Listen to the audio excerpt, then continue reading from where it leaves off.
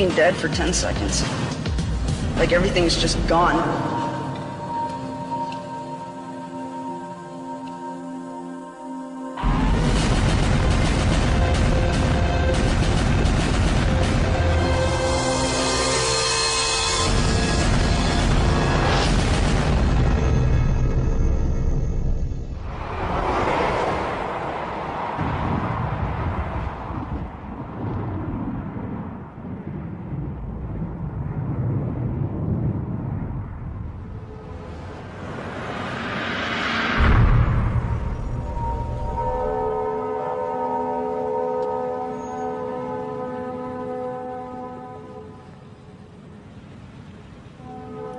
We're in Kalispell, Montana. It's in the Flathead Valley. It's just really available. You can go out back and get a bag of dope, you know? It's just so prevalent here that it's the drug to do.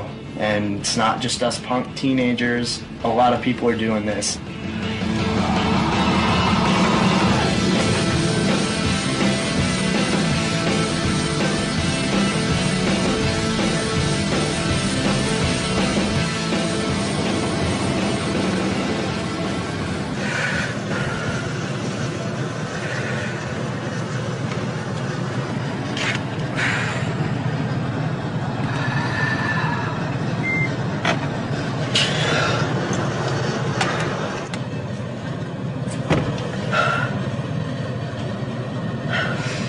Can you feel my fist? Yeah. Holy shit. Is it good shit, Crystal? Holy fucking A. Yeah.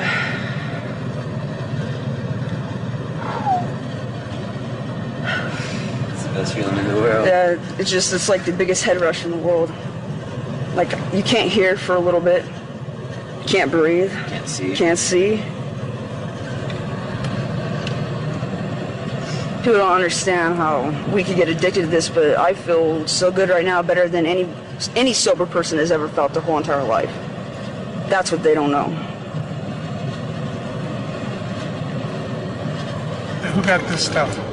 Well, me, Graham, and Kenny royalty. How much did that cost? $50. How much? $50. I think you're good, dude.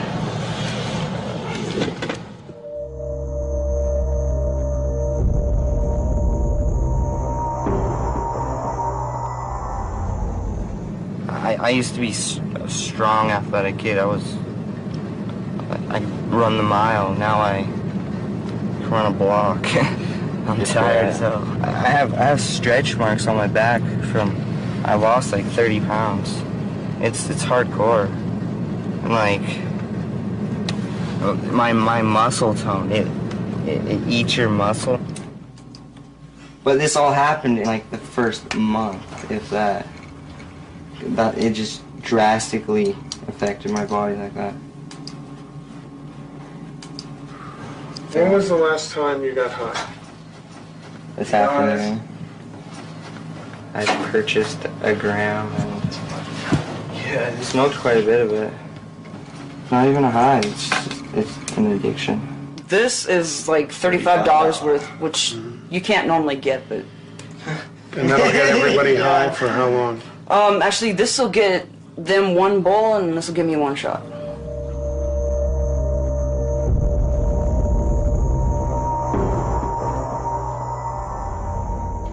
That's all you can think about. You don't have any other priorities in life. If you're doing this stuff, you don't have aspirations to be anything else but a user. That's all you end up to be. Because that's exactly what it does. It just makes you want to use more and more and more. I mean, I was doing fine. I had a job, you know. I had a really nice truck, everything. My truck got repoed. I got kicked out of my apartment. I was fired, you know. And it happened so quick, you don't even have a chance to realize it happened until it's already there. What are you doing there, Crystal? I'm putting it in the spoon. Why? Because I'm going to cook it. I don't even bother smoking it. Yeah, I can't even get high for smoking. It's just never the same. Smoking afterwards. What are you doing there? Dissolving it. I was under the impression that was done to boil the impurities away. Horse shit. The whole thing is an impurity. Oh, man. You take it and take the risks with whatever the heck happens. Yeah. I gotta look in a mirror, man. I can't see. Oh, you're still in the neck, buddy? I burst the 2 veins in my arms before, so. Biggest vein. 3 grams, 4 grams a day. Big shots, like half a gram for 1 shot. And then just keep going on and on. I was a perfectly fine person. I was skipped ahead in school. I joined the military. I did everything right. First day I was back in Montana from the military. First person that I met offered me it, and that's when I started. That's a head rush. I can't even describe. It's a horrible head rush. It's just a poor way of self-medication, basically. It's just a way to hide your feelings. When I look in the mirror, I'm disgusted with myself. I'm ashamed. I don't know what happened to myself. I lost her.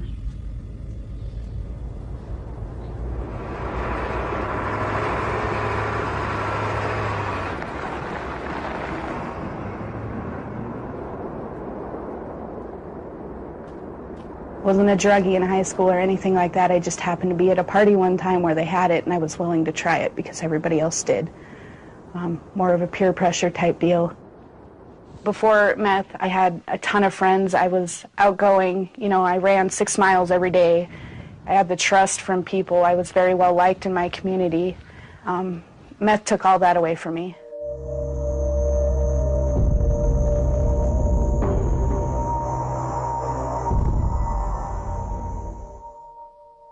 Meth takes such control over you, and it's something that your body feels it needs, and you're going to do anything and be willing to do anything to get it. I would sleep with men for meth, mainly my dealers and stuff like that, or my boyfriend would put me out there to sleep with men for meth.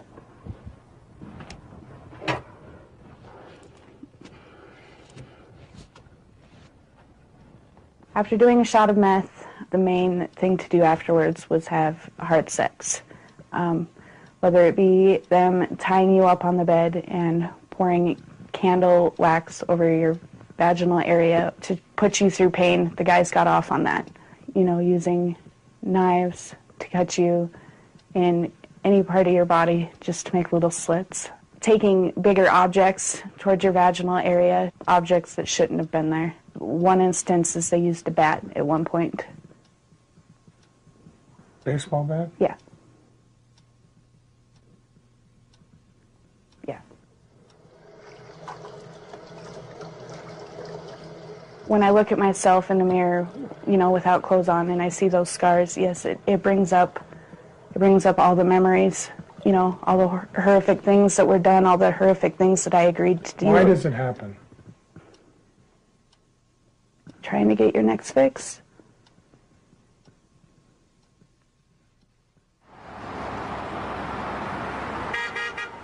There's no shame when it comes to this stuff, you know. You lose a lot of what you are as a person, you know. Pretty much everybody I know who's involved with dope, it's all thieving, lying, cheating, and stealing. That's all it is.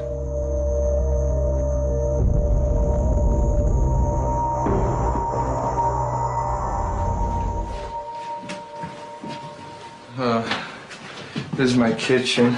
As you can see, I don't do very much cleaning. Oh, this is just dirty dishes. That's one of my bicycles, and I have a dog, and there ain't a yard for him to run around in. Some days it gets pretty bad. You become uncivilized. If my grandma came here and seen my house looking like this, she'd kick my ass. Like when I go up to my grandma's house up in Rocky Boy, I do nothing but clean and help her cook, and yeah, she'd beat me. But in my eyes, this is a normal life. The dope game is pretty much the only thing I know. I've been doing it as long as I can remember. And I don't know very many other people when they're 11, 12 years old rolling around with a pocket full of dope and as much money as I... Shit, I wish I could still be 12 years old and have the money and dope I had now. Like, I know it's all going to come to an end, and it's all going to come crashing down, and I'm going to be going to jail for it. They think when you get like this, you think that's the only way of life there is out there, and it's not. It's not. You don't exist. I lived in my bedroom for the past 6 years. You don't exist. You really don't. Shut yourself out. My dope always came first, and my girls didn't mean nothing to me. The dope meant more. And pretty much after her kids got taken away from her, she just kind of went on a downward spiral, and then it's like ever since they got taken away, it's been one big haze for her. Just one, one big long stretch of just getting high constantly. Yeah. They wanted a mom, and I wasn't the mom. I mean, I want to have a normal life with Glenn. But it's hard to get out of that life because it's easy money. It's, Get rich quick. Some baggies right here, which I like to put your drugs in these to sell them. How much dope do you move? I like to use. This right here is a loker. This is what you put your meth in. This meth, crystal meth, devil's dandruff is what I like to call it.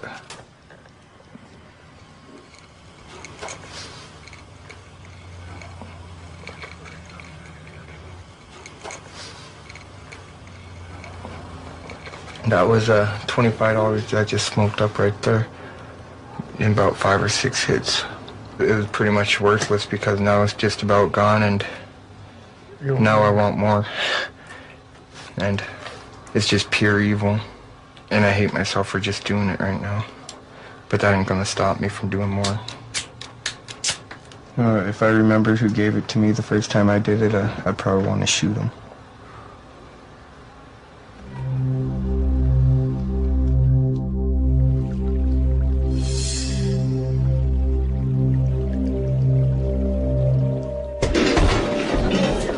Very first time that they used methamphetamine, they're in big trouble.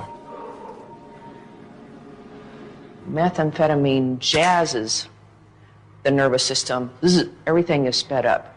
Heart rate, blood pressure. You know that everybody knows the term fight or flight. The first time I take methamphetamine, I can have a stroke, or I can have a heart attack. Clearly, if you're a middle-aged person using meth, you're just like Russian roulette. And if you're using big-time stimulants, that can even kill a young, healthy college athlete. For people who smoke or inject methamphetamine, it's going to hit the brain very quickly, within seconds. It's an ecstasy unlike any other drug. It works on the neurotransmitter dopamine, causes dopamine to just dump into the synapse, start charging all the cells around it, and it causes an incredibly fast, euphoric rush. This is very much like the euphoria that people get with orgasms. In addition to dropping all of that dopamine out, it then gets into the cell and explodes the vesicles that carry dopamine. So eventually then any pleasure that a person feels who's using the drug, they're only getting it from the drug. Their body ceases to be able to create that sense of pleasure. People want that feeling again. People often are self-medicating, trying to get out of their depression.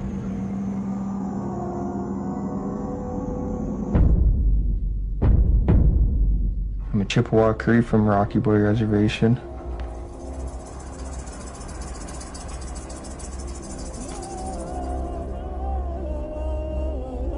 Everything is totally different up there. There's just some traditions that you stick to, like elders and stuff. Like people respect the elders a lot, you know, and stuff like that. But most of them, you know, ain't traditional Indians. They don't stick to the traditional ways.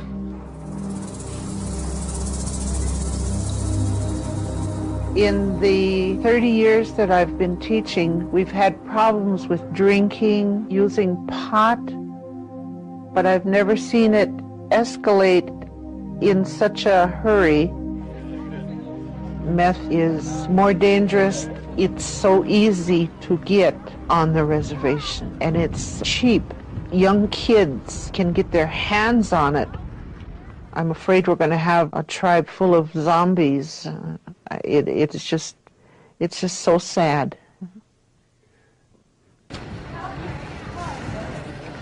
Methamphetamine is an epidemic on this reservation. I don't think the Crow Nation can stand by and lose a generation of its young people. This methamphetamine use is killing us. We have to realize that. Our kids have to realize that. You know, I look back on history and I look at, you know, how our tribe has been put on reservations and smallpox and things like that, but it didn't wipe out our reservation. This has been the worst. And just experiencing it personally, I mean, I know how terrible it is. I know how hard it is to kick the habit. My biggest regret from using meth has been what I've done to my children and to my family. When my mother was on meth, it was tough trying to take care of my two brothers. Me and him, when we were younger, my mom and dad would leave us at the mall from the morning till the evening, till closing, just so they could do meth. There's one thing I want you to know. You know, I had one son. 4 years ago, February 17th, I lost my son. He got in a real bad car accident, but it was because of methamphetamine use, and that hurts me. You know, I don't want other parents to go through what I go through every day thinking about the son I had, my only son. I should have been more close to him. I should have said, son, I love you. Let's get together. Let's take care of this problem together. I didn't do that. I should have done that. People need to know what their kids are doing. They need to be involved with their kids.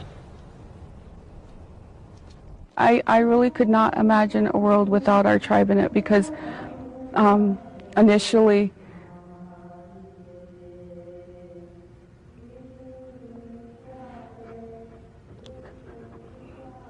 I'm sorry.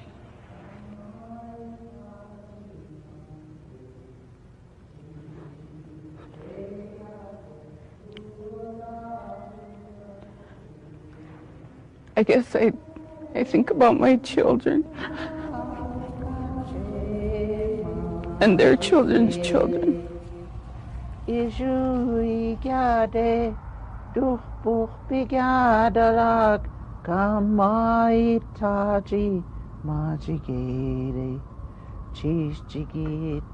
I'm hoping that Native Americans and the white society in the state of Montana, if they could just come together and work together to save all our children in getting rid of this plague that's upon us, maybe we can beat it.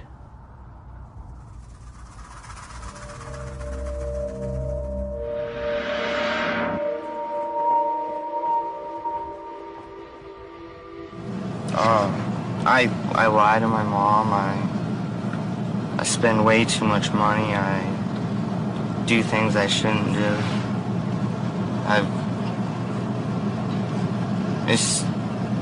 Eventually you just do things to get money, and this is where all your money goes towards. Like, I could have so much stuff right now. Just the amounts of money I spend on drugs and people you owe. And people I owe. I've heard a lot of things about people doing degrading and just embarrassing things.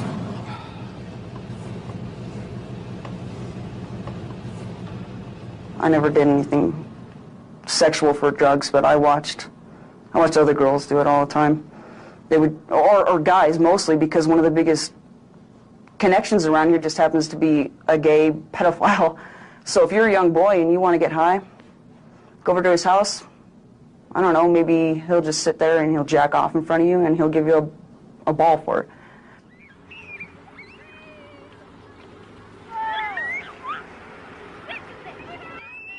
I was playing with my 10-month-old nephew down on the floor, and I had a couple of 8 balls of meth in my pocket.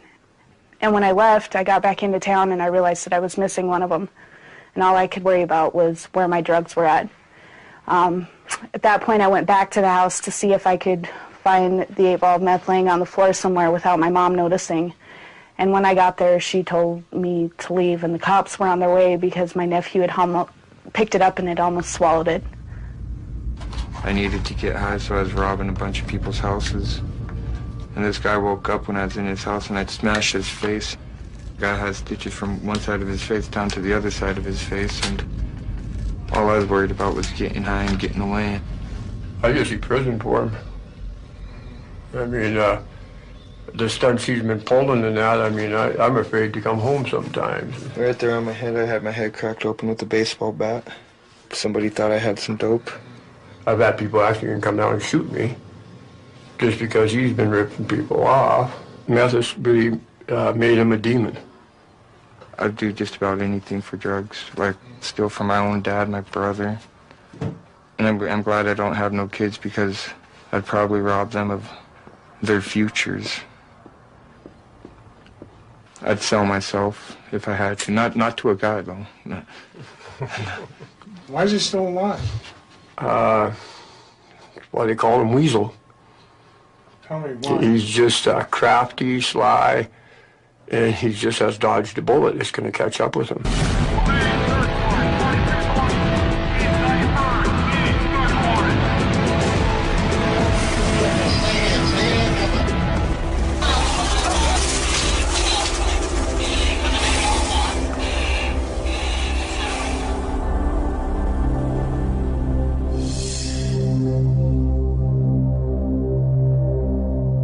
Congressmen have identified the Cascade County as a high-intensity drug trafficking area. We work dope 24/7. That's all we do right now, with the emphasis on meth because it's our biggest problem. Last week we did a series of drug busts. It's going to be a CI buy at the Lido. Here's a picture of our friendly. Where you go there, tough guy? A couple was in a motel room and had some meth or narcotics in their room. We located some marijuana, cash, methamphetamine, some scales, some paraphernalia. Can you hear me now? See you over there. So they were selling out of their room. We gave them the option not to go to jail today, and to help law enforcement out, we had them call some of their suppliers and also some of their customers. Well, let's call Chris. Just play the game. Oh, why, do you know where to get anything? No, do you know where to get any dope? We said about 15 minutes. We would take them down.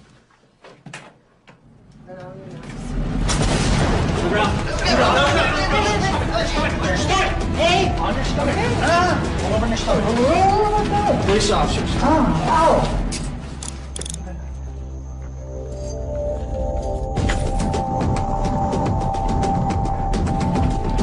You called us up and ordered up dope. You got caught. Game over. You know you had meth on you. You know you came and tried to buy dope. Okay.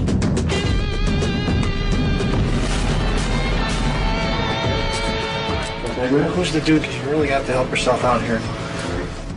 Okay, I want you to engage in some conversation with him. Okay. I was waiting for you. On the ground. Turn around, police officer. On your stomach.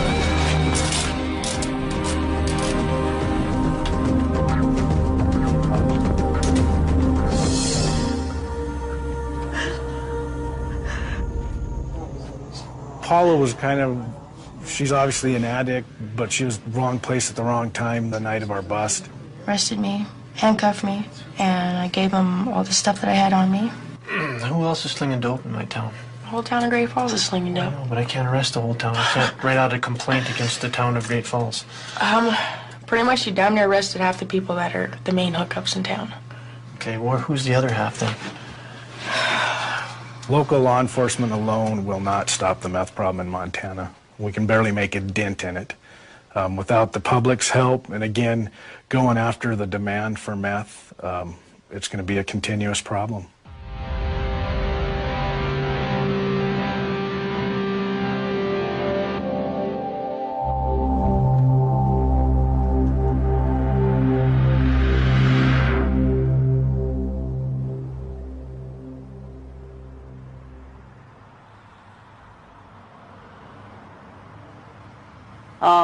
My mom helped me get into another apartment. She got me a car. I borrowed so much money from her. Couldn't keep my own jobs, and my car broke down. I got evicted. I realized my little brother was watching me go from, 190 pounds to 150 in a matter of months. Never seemed to sleep. Gone for weeks at a time. Just appear for a little bit to, I don't know, maybe get food or get something else out of the house I could pawn. My parents made me give my dogs away. I don't even have nothing, no responsibility whatsoever. I don't do anything. Just float by, I suppose.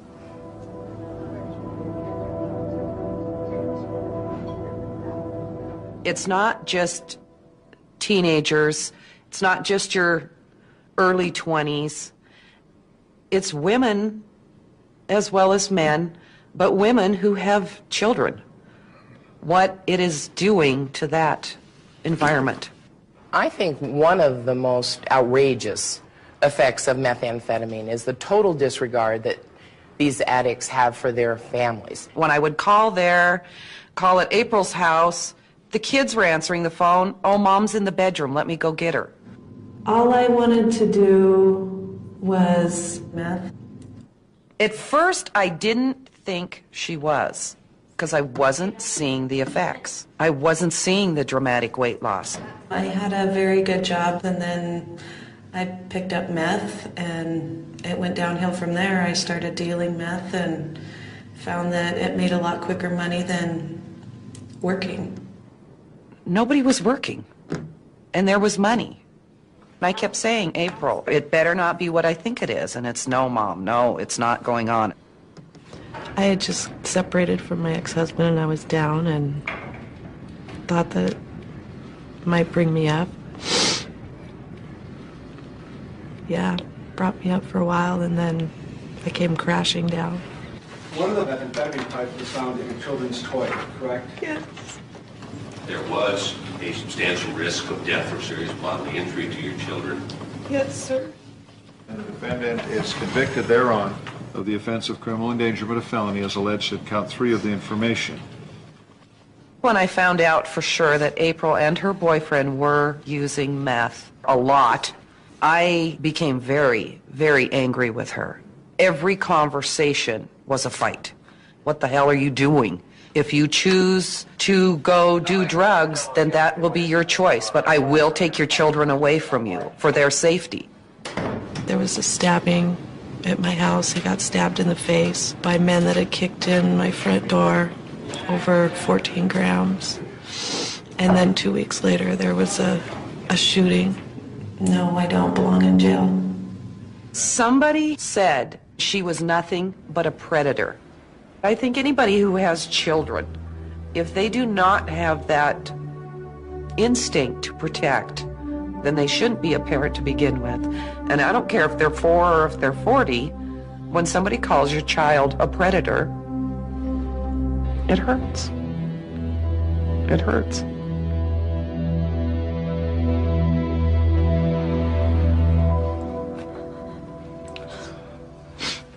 That's pretty good. You don't get none. You quit. I'd like to think we're a pretty close-knit family. Yeah, crystallized up nice, too. Yeah, it cracked back nice. And it tasted really dopey. Because we don't, that's all we have is each other, but it seems like we've all drifted way apart. I mean, my daughter doesn't want my granddaughter around me because of him, and also because of his, effect on me. Here, light this light. Light the match for me. My brother and my sister, they both got good lives and they both got good things going for them. And my dad did raise me good. He taught me right from wrong, and he gave me the choices, and I made the choices myself, and I made the wrong choices because I'm like him. It's like he made the wrong choices.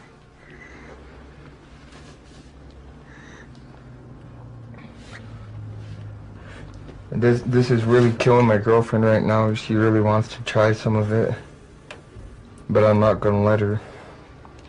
One is because I'm stingy, and 2 is because she's too good to do it. Just to see that cloud of smoke. I don't want to get high. No. No. Yeah. No. Yeah.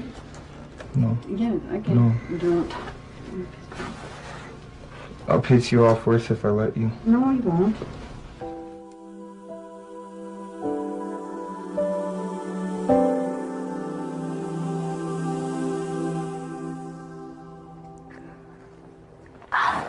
Ice is the best when you're pregnant.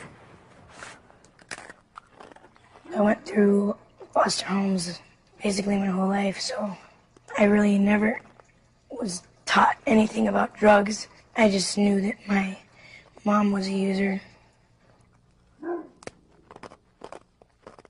The night I first got high, it was a conscious decision. I was going out that night to get high. Me and my first kid's dad broke up. I found out he was cheating on me, and I took my first hit of meth. It was powerful. It made everything kind of go away, everything that I was thinking about. But that first high is the only really good high that you get. You never feel as good as you did. The whole rest of the time you're using, you're just chasing that first high. And when the people in your life are worried about you, and you hear people talking about how upset your family or your friends are, they're the enemy. Because I looked at it like I wasn't hurting anybody, not even myself, because it seemed like anything that made me feel so good, you know, couldn't hurt. I don't steal from people. I'm not scandalous. I sing. I'm talented, you know. And then when I'm on meth, it's not anything you think about at all, like how quickly you're going downhill. Within 6 or 7 months, my electricity was off. My house was just filthy. I was neglecting my child because you just can't connect with your kids when you're high, you know? I've had 2 previous pregnancies, and it was never a problem for me not to use, and it was just weird how this time it's like I couldn't control it. I wasn't thinking, what would I do if this meth would blow up my baby's heart? You know, I wasn't thinking about how fucked up it would be if my baby died inside of me. I worried about it, and that just drove me to get high more. Because you don't want to think about it. And then what if I would have killed my baby, you know? To get high.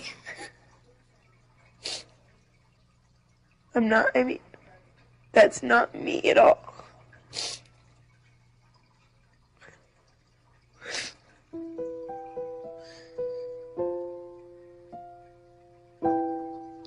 I'm thinking I just can't even believe I did it. I can't believe I used meth at all in my pregnancy.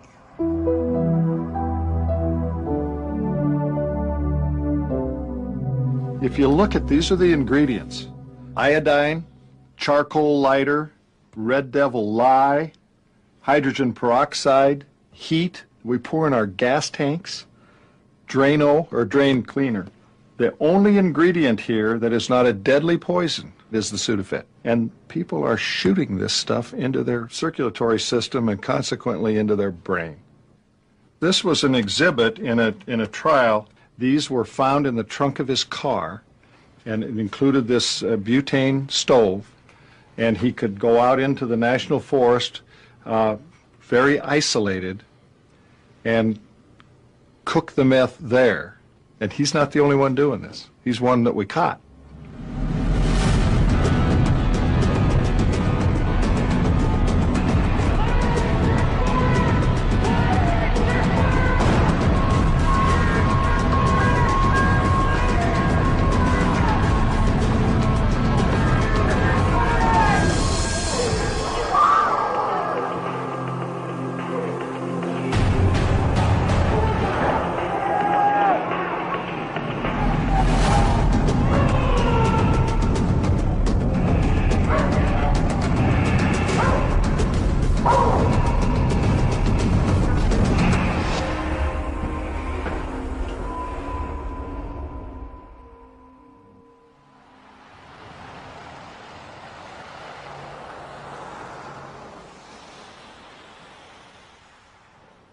All rise. District Court is now in session. The Honorable Ted Limpus presiding. Thank you.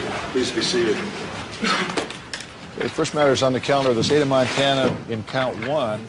Meth is a factor in 80% of the cases. either in cases involving possession, manufacture, or sale or distribution of meth, or cases involving behavior as a consequence of meth. We first saw methamphetamine 5 years ago on a very, very minor scale. Within the last 2 years, we've seen a tidal wave of meth use hit here in Montana. Today, I would say 80 to 85% of the people in the jail have some involvement with methamphetamine. Like the pod I'm in right now, you're looking forward to getting beat up, getting checked out to know if you're a snitch or not, you know. They're going to be hitting when they're checking, so basically you're coming into a whole different world when you come into the jail. You know, here it's kind of like a jungle, you know what I mean? You know, if you're like a rat, you know, boom, you know, you get dealt with, you know, if you're talking to the cops, you know, and just giving them names and shit, boom, you know, you get dealt with, you know. Broken arms, you get thrown out, you get thrown out like the top tiers, anything, you know. The guards can't watch after you all the time. There's mean people here. They're gonna make you do things that you don't want to do. They'll call you a faggot all the time. You could become homosexual. You can become somebody's bitch. A bitch is somebody that will get stripped down and they will rape you in jail. They will rape you in jail. They will. Hey, you come here with money, they're gonna took. And they like that ass, gonna take your ass too, you know. Like John Latreille, he's not a very nice person, you know. You don't want to become somebody's bitch. You don't. It's no good.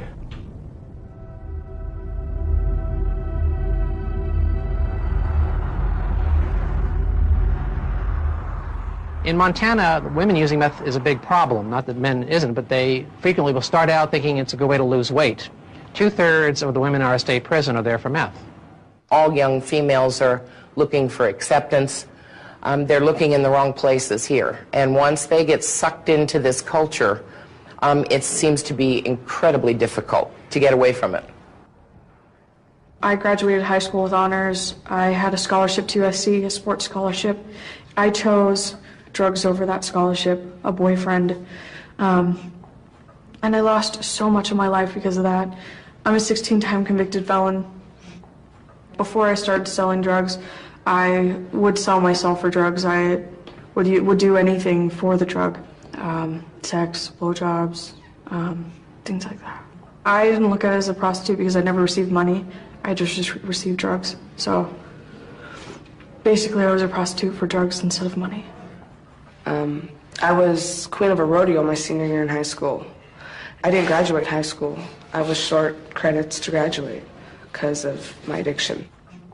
The crowd I was hanging out with, they were the older kids, you know. They were the seniors in high school. They were, you know, they were the popular kids. I wanted to fit in, and they handed me a line, and they said, you know, it feels great. You'll never want to go back. And I never did. You know, I mean, you think you have all this time in the world, but you don't, because then you end up here. And then if you're looking at time. The extent that I would go to, masking my urinalysis, I would drink bleach. I used to get high only on weekends. Come Friday, I would drink bleach, go do my urinalysis for my probation officer, and walk out of there smiling and ready to do another loaded rig, loaded needle full of dope. It's just the insanity of it. And you would think, after feeling that way, that you won't go back to it. That just makes you want it even that much more. Because then you kind of start liking the insanity of it and you find comfort in it because it's familiar territory for you. I was so spun. I sat for over a day on my butcher block in my kitchen with a machete in one hand, a knife in the other, on my tiptoes.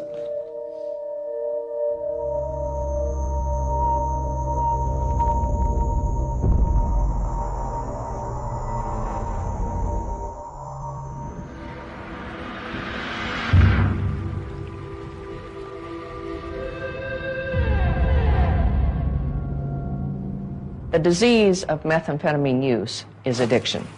That's the disease.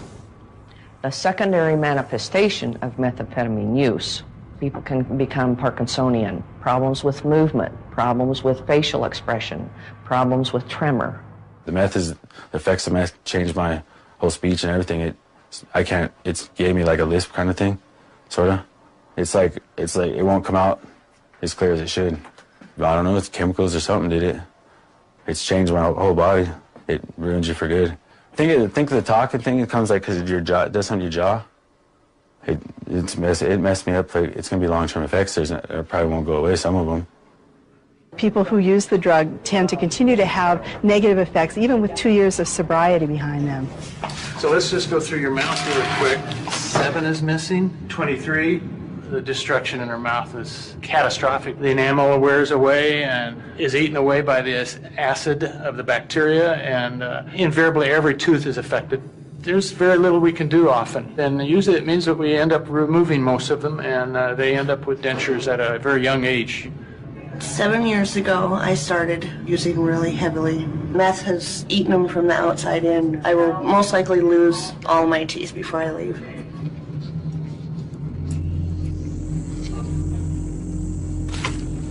Came out great. We don't have to dig for any little root tips or anything, so.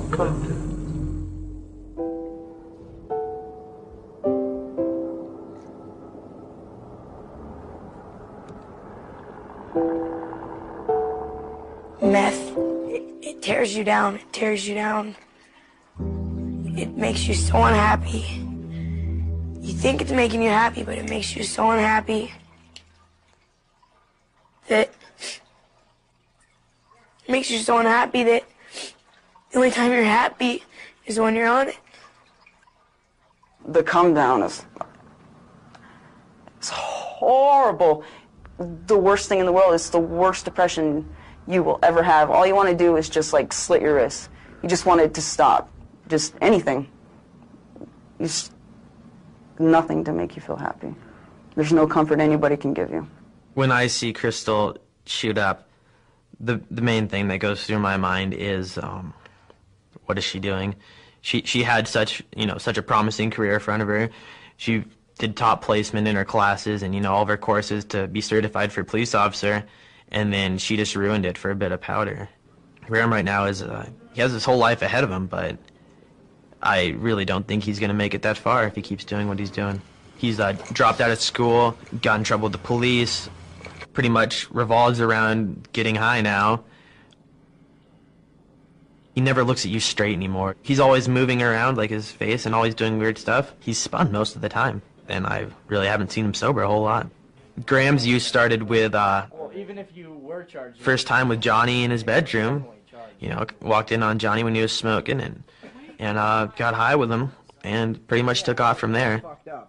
The next day he comes to me and says, "Hook me up again, man." I said, "Oh, we got a little fiend, do we?" And I gave him a lot of hell, and I made fun of him and called him a fiend and a junkie, and I made him feel like a real asshole, actually. But I still hooked him up. One day some people got a hold of Johnny, told him that they banged Graham, they shot him up. I said, "You shot up Graham? Do you know how fucking old he is?" And he's all, "Yeah, dude, I'm pretty sure that kid's gonna be a junkie, man." Graham was only 15 at the time, and he's already banging, and that's just the beginning of the end for anybody. Can you look at it, Chief? Flesh. You can't look at it when it's happening? No, I don't like to. Okay, tell me what you're feeling. Much better. I don't know, I'm like Tim. I don't like to look at it. Everything's pretty much gone downhill from there. If he keeps doing this, he will be dead before he reaches 30. Just because of how quickly it escalates and then how fast your tolerance builds up. I don't expect Graham to have the character to turn it around and figure his life out. I expect him to overdose on meth.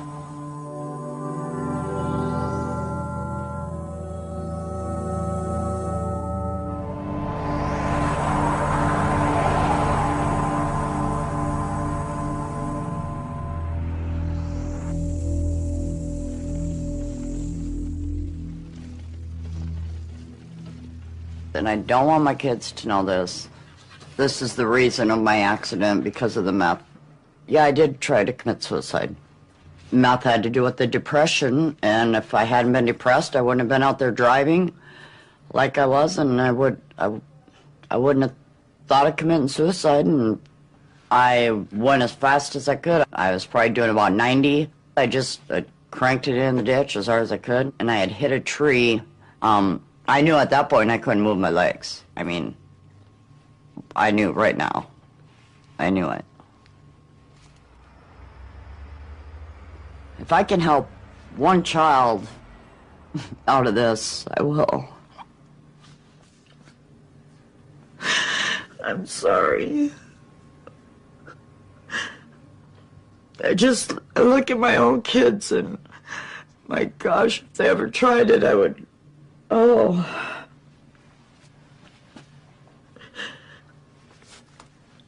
I never want to see my children do this. Ever. And I don't care whose child it is, you know, if I can help one child, it would be all worth it.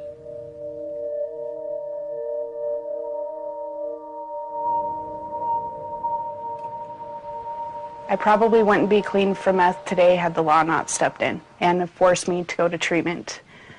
I went in and out of jail so many times, and that never seemed to work. It took me going to an inpatient treatment center, and I'm on my second or third outpatient treatment center right now. Please. Court is in session. You may be seated. This is TC-05-6 for you. I've been a part of the treatment court program for a little over a year now. It's an 18-month program. How are you? And it's been difficult, but it's gave me a life that I once had. What would be your alternative? Prison. I've got 4 or 5 felonies on my record right now, so that's where I would have gone. What is a very critical component to the program is the relationship that the judge has with the participants, because this is all about accountability and responsibility. So what happened to your job? I lost it Why? because I went to jail And for what other reason? for drinking. There's been lots of consequences because of that decision, has there? Yes, there has. So what are you doing? I'm looking for another job. You have to have a job. Can't just be sitting around. I understand that. I became judge in 1997. Before then, I was the prosecutor in this county for 14 years. I wasn't in favor of this program in the beginning. I thought this is one of those touchy-feely kinds of programs. I have the opportunity to see these people weekly or every other week, to go through their whole recovery program with them. And I'm going to let you go to work. It's the accountability, them having to come here and confront me, not only about the good things that they've done, but about the bad decisions that they've made, and to accept responsibility for that. When there's a violation, there's an immediate consequence. I understand we have a problem here this morning. We recognize that a person who is in recovery probably will relapse. Well, you used and you lied. There's no hearing, there's no delay, there's an immediate consequence. So you're going, I'm going to send you to jail for 24 hours. Then you could be sitting over there for 18 months if you don't get through this. And there's also rewards when they're doing well. You have been in this program 6 months sober. But look at what you've done. You can just list them all off. You have a place of your own to live. You have a good job, a steady job. You're much less fidgety. We compliment them, we praise them, we applaud them. What does the blue chip symbolize? I see the blue skies ahead, but I'm still going to have blue days. 6 months of sobriety. Well, I'm very grateful that you're here this morning. So here's your chip.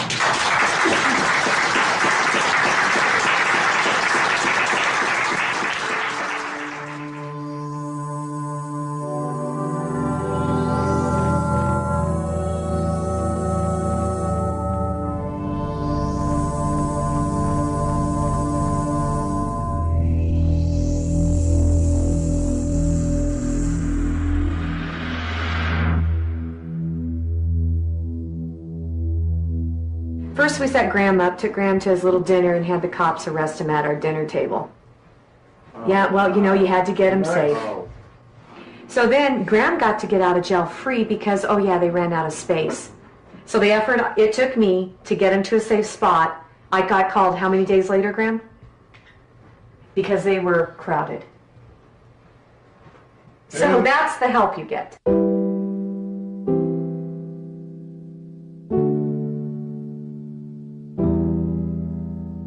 He's been stuck to me for 24/7 for the last 6 weeks. He goes to work with me in the morning, goes to lunch with me. We tuck him in, we give him his sleepy time tea. I've been better. I've been going a lot of counseling and probation and a lot of stuff. So this is all overwhelming. I haven't talked to anybody. I don't associate with anyone anymore.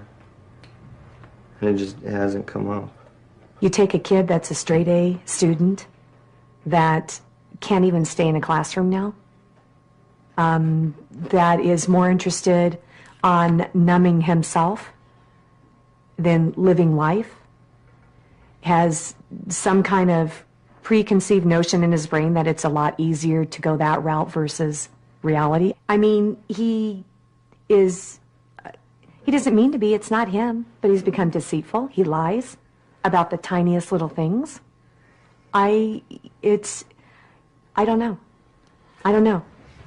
You said that you only used it 4 times? That's what you said. So what does that mean? That you don't use it as much? You use it? You don't use it? I don't use it anymore at all. You don't use it anymore at all? No, but I did do it more than 4 times. And so you haven't used meth for how long? A couple of months, like I said.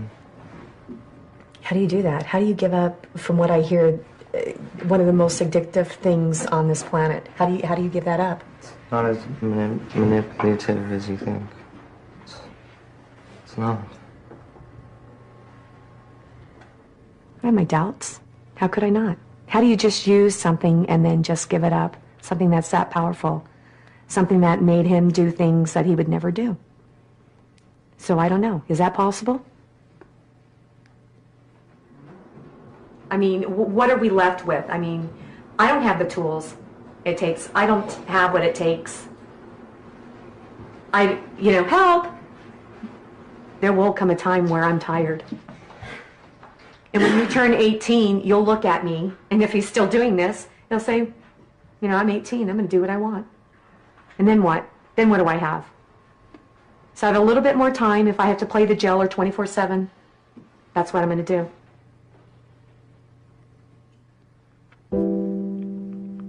How does it all end?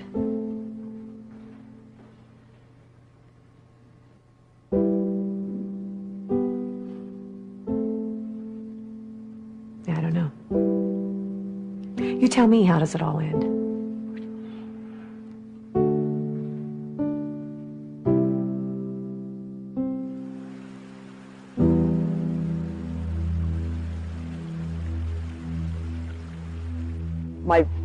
My body is nothing compared to what it was before. For instance, my thermostat in my body, I'm never warm. I can't get really close to people because I know people are capable of. I know what I was capable of. The most consistent thing I've heard about meth is that meth is the devil. That's the most consistent thing I've heard about every person. Even the people that are still using that will tell you meth's the devil, and then they'll do it anyways, but...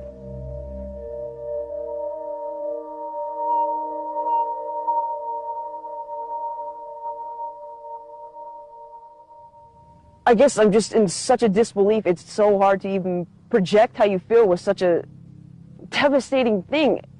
I don't know. It's horrible. How do you tell people how crappy it is? You can't tell people. You just don't understand. You just gotta finally take somebody's word for it that it's shitty, it's gonna fuck up your life, so why even try it in the first place? But I think about that now, I'd shoot myself in the head before I ever touch that shit again in my life.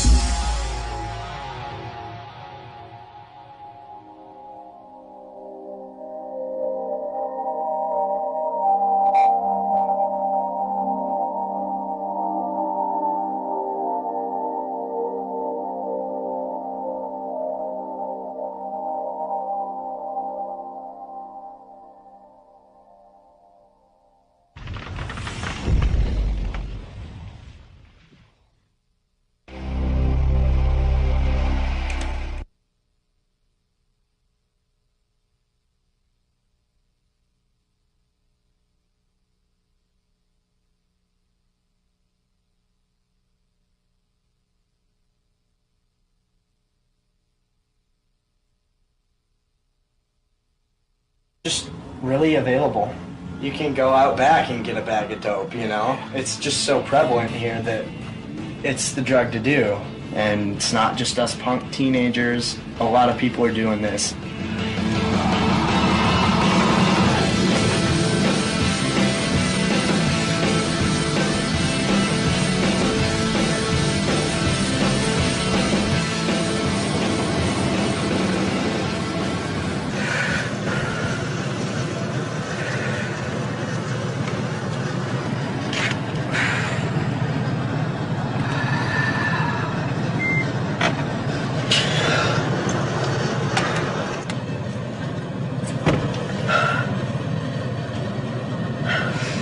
Can you feel my face?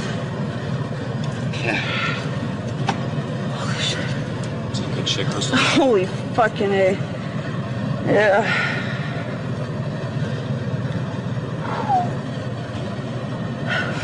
It's the best feeling in the world. Yeah, it's like the biggest head rush in the world. Like, you can't hear for a little bit. You can't breathe. Can't see. Can't see. People don't understand how we could get addicted to this, but I feel so good right now, better than any sober person has ever felt their whole entire life. That's what they don't know. Who got this stuff? Well, me, Graham, and Kenny royalty. How much did that cost? $50. How much? $50. I think you're good, dude.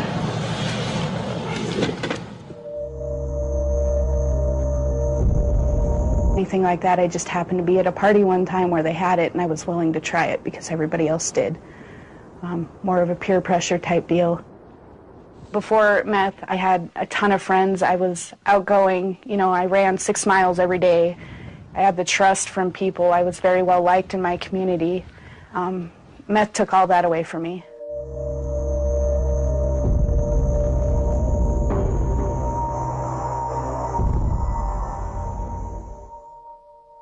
Meth takes such control over you, and it's something that your body feels it needs, and you're going to do anything and be willing to do anything to get it. I would sleep with men for meth, mainly my dealers and stuff like that, or my boyfriend would put me out there to sleep with men for meth.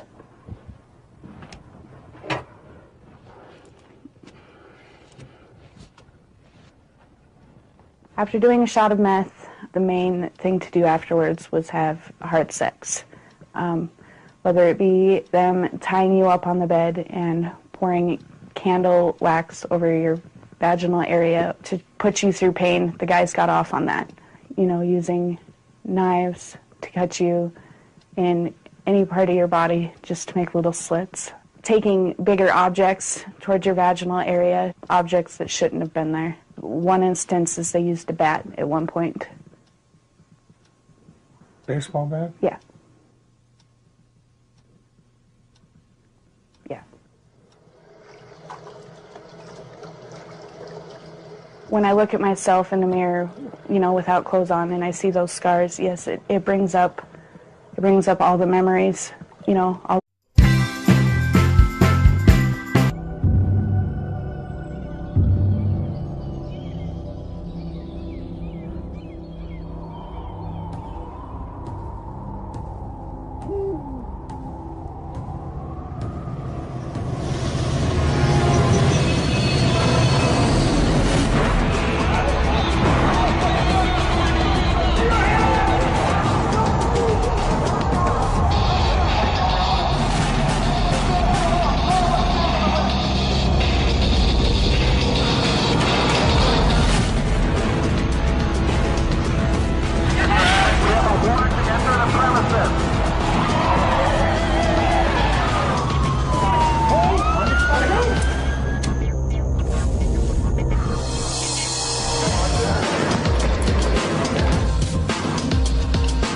It's like being dead for 10 seconds. Like everything's just gone.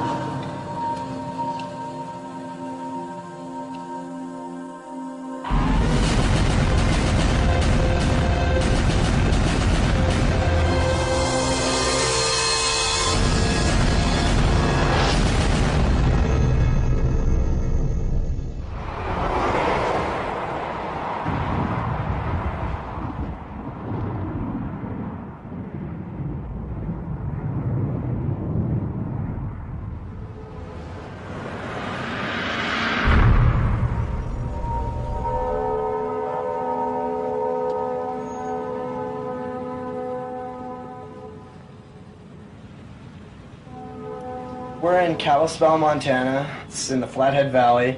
It's why? Because I'm going to cook it. I don't even bother smoking it. Yeah, I can't even get high smoking. It's just never the same. Yeah. What are you doing there? Dissolving it. I was under the impression that was done to boil the impurities away. Horse shit. The whole thing is an impurity.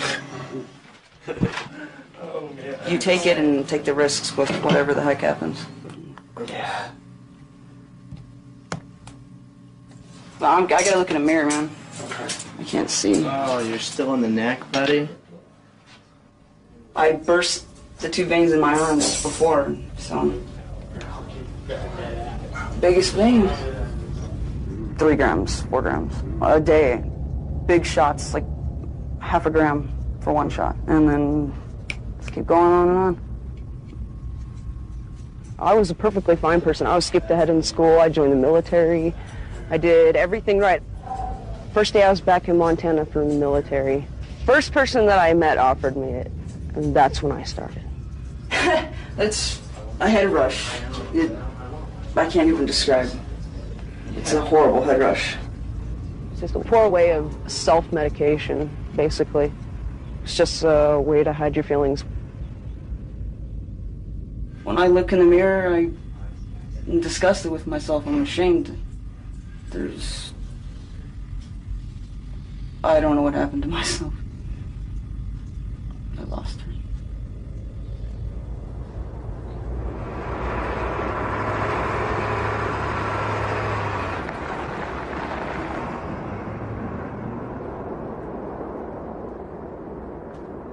Wasn't a druggie in high school or anything.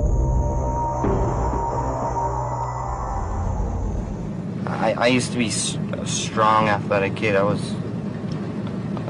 run the mile. Now I run a block. I'm tired, so I have stretch marks on my back from I lost like 30 pounds. It's hardcore. And like my muscle tone, it eats your muscle. But this all happened in like the first month, if that. It just drastically affected my body like that. When was the last time you got high? This happened to me. I purchased a gram and I smoked quite a bit of it. Not even a high, it's an addiction. This is like $35 worth, which you can't normally get, but... And that'll get everybody high for how long? Actually, this will get them 1 bowl, and this will give me 1 shot.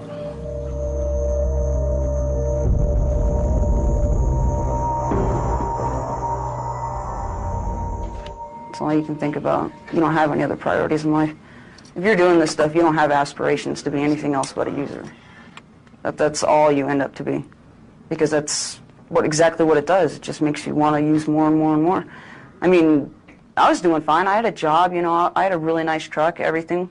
My truck got repoed. I got kicked out of my apartment. I was fired, you know, and it happened so quick you don't even have a chance to realize it happened until it's already there. What are you doing there, Crystal? I'm putting it in the spoon.